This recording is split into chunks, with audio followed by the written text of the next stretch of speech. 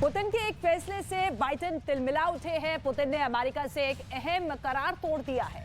इसकी वजह से दोनों देशों के परमाणु हथियारों की लिमिट तय थी, लेकिन अब ऐसा खतरा है कि पुतिन और बाइडेन दोनों अपने परमाणु हथियारों को लेकर कुछ खतरनाक कदम उठा सकते हैं। इस फैसले से 54 देश दहशत में हैं।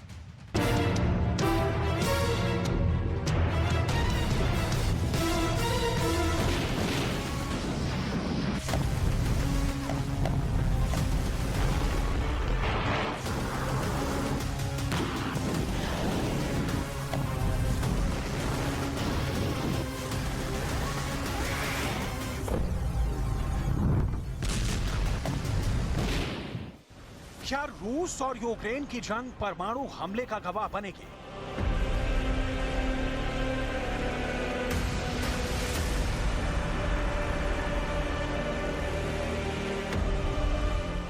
क्या एटम बम फोड़ने से पहले व्लादिमीर पुतिन परमाणु परीक्षण करेंगे?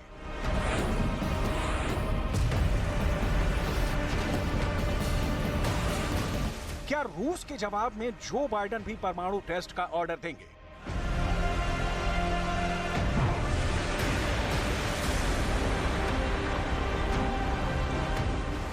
इन तीन सवालों के जवाब से भी बड़ी खबर यह है कि रूस और अमेरिका की न्यू स्टार्ट संधि सस्पेंड होने के बाद दुनिया के करीब 90% परमाणु बम रखने वाले इन दोनों देशों में एटमी रेस यानी परमाणु होड़ शुरू होने वाली है।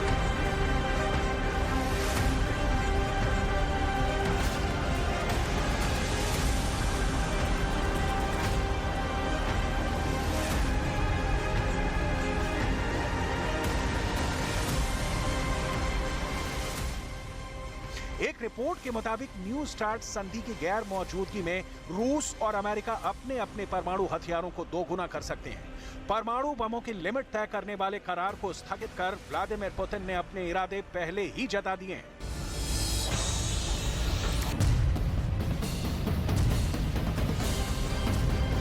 Хочу сердечно поздравить с праздником военнослужащих, добровольцев, мобилизованных граждан, специалистов разных профессий, которые участвуют в специальной военной операции. Сейчас наши бойцы героически сражаются с неонацизмом, пустившим корни на Украине. जिस समझौते को पुतिन ने ताक पर रख दिया है, उसकी शर्तें क्या थी और कैसे अब उन शर्तों को धता बताते हुए परमाणु रेस शुरू होने वाली है, आपको आगे दिखाएंगे। अभी सबसे बड़ा सवाल तो यह कि क्या रूस में वो होने वाला है जो बीते 33 साल में कभी नहीं हुआ। पुतिन का सिग्नल मिलेगा, बटन दबेगा, जमीन के अंदर धमाका होगा, भूकंप जैसा मंजर होगा, धुएं से आसमान भर जाएगा, आग और धुएं में सना रेडिएशन का गुबार उठेगा और रूस के जखीरे में एक और परमाणु हथियार पड़ जाएगा।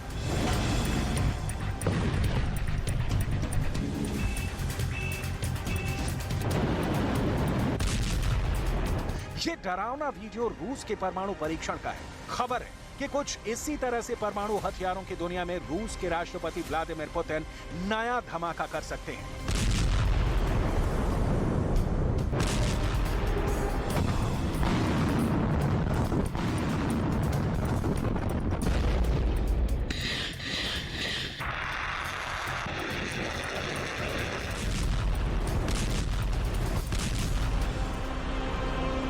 आखिर अमेरिका के सैटेलाइट की नजर रूस के एक वीरान आइलैंड पर क्यों टिकी है? अमेरिका का सैटेलाइट उस टापू के चप्पे चप्पे की तस्वीरें क्यों ले रहा है? उस आइलैंड के एक खास इलाके पर ही अमेरिका की पैनी नजर क्यों है? जवाब है रूस की परमाणु परीक्षण की तैयारी। दावे के मुताबिक रूस के नोवाया ज़ेमलिया परमाणु परीक्षण स्थल पर हलचल बढ़ गई है, क्योंकि किसी भी वक्त परमाणु परीक्षण को अंजाम दिया जा सकता है। बीते महीने 21 फरवरी को रूस के राष्ट्रपति व्लादिमीर पुतिन ने अमेरिका से न्यू स्टार्ट संधि को स्थगित करने का ऐलान किया। पुतिन ने अमेरिका के साथ परमाणु हथियारों की लिमिट तय करने वाले इस समझौते को सस्पेंड करने की वजह भी बताई। उन्होंने दो टूक कहा कि वो अमेरिका की अगुवाई में नाटो समेत 54 देशों की मंशा पूरी नहीं होने देंगे, जो यूक्रेन की जंग में रूस की हार के लिए हथियारों की सप्लाई पर पानी की तरह पैसे बहा रहे हैं। На год. Мы знаем, что истекают гарантийные сроки годности к боевому применению отдельных видов ядерных боеприпасов в Соединенных Штатах. И в этой связи некоторые деятели в Вашингтоне, нам это доподлинно известно, задумываются уже о возможности натуральных испытаний своего ядерного оружия, в том числе с учетом того, что в США идет разработка. इस ऐलान का अंजाम क्या होने वाला है वो आपको बस 30 सेकंड बाद बताएंगे। अभी आप पुतिन के इस एक्शन पर अमेरिका के राष्ट्रपति जो बाइडेन का रिएक्शन देखिए। क्या वाकई पुतिन ने अमेरिका से करार को ठंडे बस्ते में डालकर गलती कर दी? ये तो वक्त बताएगा। लेकिन अभी न्यू स्टार्ट संधि के स्थगित होने से दुनिया में परमाणु हथियारों की नई रेस शुरू होने का खतरा मंडरा रहा है।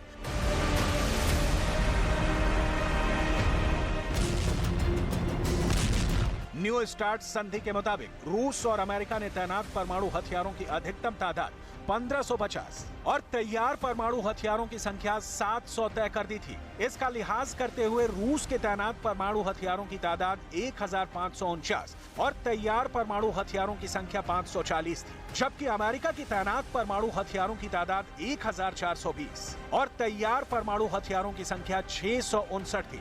लेकिन अब पुतिन ने साफ कर दिया है कि वो परमाणु बेड़े में हथियारों की तादाद में तेजी से इजाफा करेंगे, जबकि जो बाइडेन ने इसे लेकर अपना प्लान दुनिया के सामने नहीं रखा है।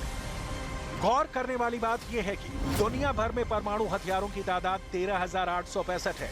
इसमें से 90% परमाणु हथियार रूस और अमेरिका के पास हैं। रूस के पास 6500 परमाणु हथियार हैं, अमेरिका के पास 6,185 एटमी हथियार हैं। अब अंदेशा इस बात का है कि जो करार 2010 में हुआ, तब रूस के राष्ट्रपति दिमित्री मेदवेदेव और अमेरिका के प्रेसिडेंट बराक ओबामा के बीच हुआ, उसे स्थगित कर पुतिन ने परमाणु परीक्षण का रास्ता साफ कर लिया है।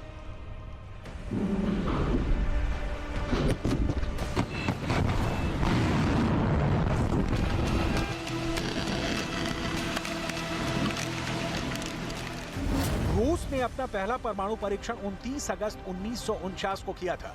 रूस ने आखिरी बार 24 अक्टूबर 1990 को न्यूक्लियर टेस्ट किया था।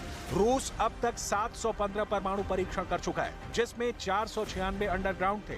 दुनिया में अब तक 2059 परमाणु परीक्षण हुए हैं। इनमें सबसे ज्यादा 1030 परमाणु परीक्षण अमेरिका ने किए हैं। परमाणु बम बनाने की शुरुआत सबसे पहले अमेरिका ने सेकेंड वर्ल्ड वॉर के दौरान किया था। अमेरिका ने साल 1942 में परमाणु हथियार बनाने के लिए मैनहट्टन परियोजना की शुरुआत की थी, जिसमें तब $200 करोड़ का खर्च आया था, जो आज की तारीख में करीब 1,65,000 करोड़ भारतीय रुपए के बराबर है। फिर रूस, ब्रिटेन और फ्रांस जैसे देश एटॉमिक होड़ में शामिल हो गए। अगर दुनिया के परमाणु बमों की तादाद को ग्राफ के जरिए समझने की कोशिश करें, तो साल 1945 में 2 एटम बम से बढ़कर साल 1985 में कोल्ड वॉर के आखिरी दौर में पूरी दुनिया में परमाणु हथियारों का जखीरा टॉप पर था। उस वक्त एटम बमों की तादाद 66,449 पहुंच गई थी। Bulletin on the atomic scientist के डेटा से पता चलता है कि 1986 के बाद से एटम बम कम होते गए। फेडरेशन ऑफ अमेरिकन साइंटिस्ट के मुताबिक 1990 की दशक की तुलना में हाल के दिनों में परमाणु हथियारों को नष्ट करने की रफ्तार में कमी तो जरूर आई है, लेकिन एक अनुमान के मुताबिक दुनिया में अभी भी तकरीबन 13,900 परमाणु बम मौजूद हैं। एक सच ये भी है, रूस के पास दुनिया का सबसे शक्तिशाली एटम बम है, ऐसा बम जिसका तोड़ दुनिया के किसी भी देश के पास नहीं है। पुतिन के इस परमाणु बम का नाम है जार बम। ये रूस का हाइड्रोजन बम है। इसे दुनिया का सबसे बड़ा परमाणु बम माना जाता है। जार रूस के राजाओं की उपाधि रही है, इसीलिए इसे जार बम नाम दिया गया है और इस बम को परमाणु बमों के महाराजा की तरह पेश किया गया।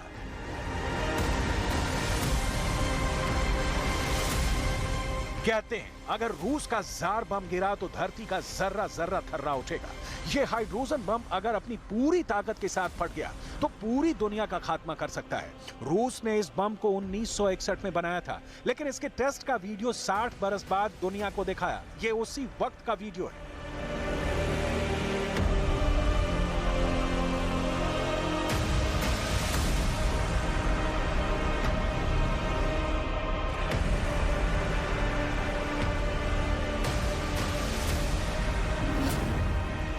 रूस का जार बम अमेरिका के लिटिल बॉय और फैट मैन जैसा ही है, लेकिन उनसे बहुत बड़ा है और पल भर में बड़े से बड़े शहर को खाक कर सकता है। जापान के हिरोशिमा शहर पर गिराए गए परमाणु बम लिटिल बॉय 14 किलो टन ताकत वाला था, जबकि नागासाकी पर गिराए गए फैट मैन, जिसने लाखों लोगों की जान पल भर में ले ली, उसकी ताकत 18 किलो टन थी। अमेरिका के सबसे शक्तिशाली परमाणु बम B-83 की ताकत 1.2 मेगाटन की है, जबकि रूस के जार बम की ताकत 50 से 58 मेगाटन की है, यानी अमेरिका के सबसे बड़े परमाणु बम से करीब 48 गुना अधिक शक्तिशाली। यही वजह है कि रूस ने जार बम का परीक्षण आर्कटिक सागर में नोवाया ज़ेम्ल्या के ऊपर बर्फ में किया था, ताकि किसी भी तरह की आबादी से धमाके वाली जगह सैकड़ों हजारों किलोमीटर दूर हो। अब एक बार फिर इसी इलाके में रूस के परमाणु परीक्षण की तैयारी की खबर है। हालांकि पुतिन ने यह भी कहा कि वो परमाणु परीक्षण अमेरिका के बाद ही करेंगे। Подноготную. Знаем, что истекают гарантийные сроки годности к боевому применению отдельных видов ядерных боеприпасов в Соединенных Штатах. И в этой связи некоторые деятели в Вашингтоне, нам это доподлинно известно, задумываются уже о возможности натуральных испытаний своего ядерного оружия. В том числе с учетом того, что в США идет разработка. लेकिन पुतिन के मन में क्या है, वो क्या करेंगे, ये वही जानते हैं। फिलहाल federation of American scientists FAS की एक रिपोर्ट के मुताबिक न्यू स्टार्ट संधि की गैर मौजूदगी में अमेरिका और रूस अपने परमाणु जखीरे को 2 गुना तक कर सकते हैं।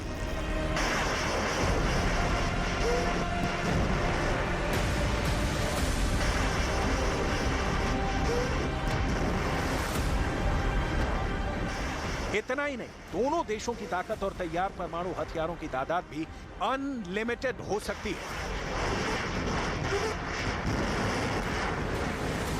यही वजह है कि नाटो की तरफ से रूस से बार-बार न्यू स्टार्ट संधि लागू करने की गुहार लगाई जा रही है। More nuclear weapons and less arms control makes the world more dangerous, and that's the reason why in NATO we have worked so hard to engage Russia on issues related to arms control, and why NATO allies have supported the New Start. And also why I'm calling on Russia today to reconsider its decision to suspend its participation in the New Start agreement. लेकिन Putin है कि उन्हें NATO पर भरोसा नहीं। वो तो यहां तक कह चुके हैं कि यूक्रेन युद्ध की आड़ में नाटो खुद अपनी परमाणु ताकत को बढ़ाने में जुटा है, और यही वजह है कि उन्होंने न्यू स्टार्ट करार को सस्पेंड करने का फैसला लिया। Все ведущие страны НАТО объявили своей главной целью нанести нам стратегическое поражение, с тем, чтобы наш народ страдал, как они говорят. Ну как же мы в этих условиях можем не учитывать их ядерные потенциалы? Тем более, что они поставляют на Украину оружие стоимостью в десятки миллиардов долларов. И ведь это и есть участие в известном смысле. Почему? Потому что это не просто обычное военно-техническое сотрудничество. Они же деньги-то за это не получают. ऐसे हालात में बड़ा सवाल यह है कि अगर अमेरिका और रूस की होड़ में चीन और उत्तर कोरिया जैसे देशों ने भी परमाणु ताकत बढ़ानी शुरू की, तो फिर थर्ड वर्ल्ड वॉर को टालना नामुमकिन होगा।